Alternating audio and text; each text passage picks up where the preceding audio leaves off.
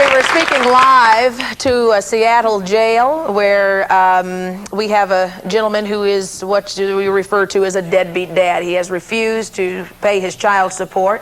We have yet to find out why he refuses to pay. Let's continue talking here now.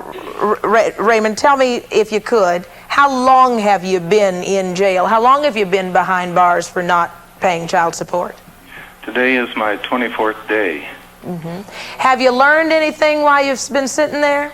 Well, no, I've become more determined to get the message out.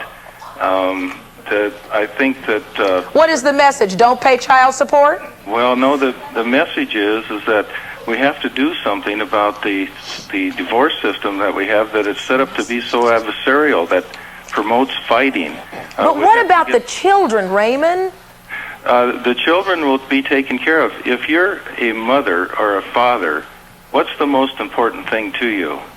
I would say my children, and making sure they're living well and that they have all the things that are better than me. Is living well more important than being a parent? Well, apparently you're not very concerned with what your children are going through because you're sitting in jail for not supporting your kids. Therefore, you are not contributing. I'd like to know, what do you consider being a parent? Do you consider it broke down into two separate issues of A, being around a child, and then B, financially supporting? And also, too, I'd like to know that if you were married to the custodial parent, wouldn't you be obligated by law to support those children and your wife? And what makes it any different with you being separated? Because you're separate and divorced, you are no longer obligated to care for your children? Raymond? Well, what makes it different is, suppose we take those parents that are on your panel there. Talk about Mike.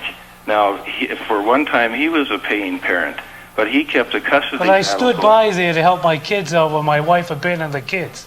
I know, Mike, but ultimately you won out. You know what the other side of it is. I've been on both sides. You're right about that. But I didn't run either. I paid to support. I wanted my kids to know I was there when they needed me. Question. That's right. Yeah, this is the same old story that all of the deadbeat parents give, is that they don't get visitation, so therefore they don't want to pay. If they want visitation so bad, they care about their children so bad, then they should pay so that their children are taken care of. I mean, this is like ridiculous. Everybody has this problem, and something's got to be done. I think something has to be done for the whole country rather than each state. Well, something was done to Raymond. I mean, he was put in jail for this. Thank you very much. Raymond, let me ask you this.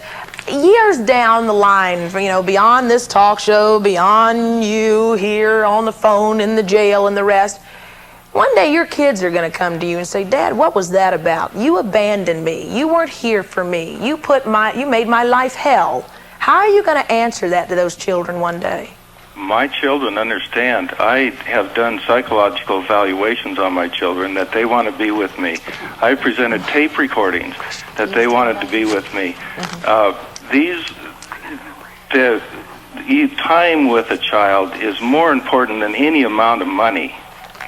And a balance of both parents is more important than any amount of money. Well, you know, it's what's real sad, Raymond, is your children don't have both their parents, they don't have visitation from you, and they don't have money either. So that sounds like a deadbeat dad. Yeah. I'll be right back after this.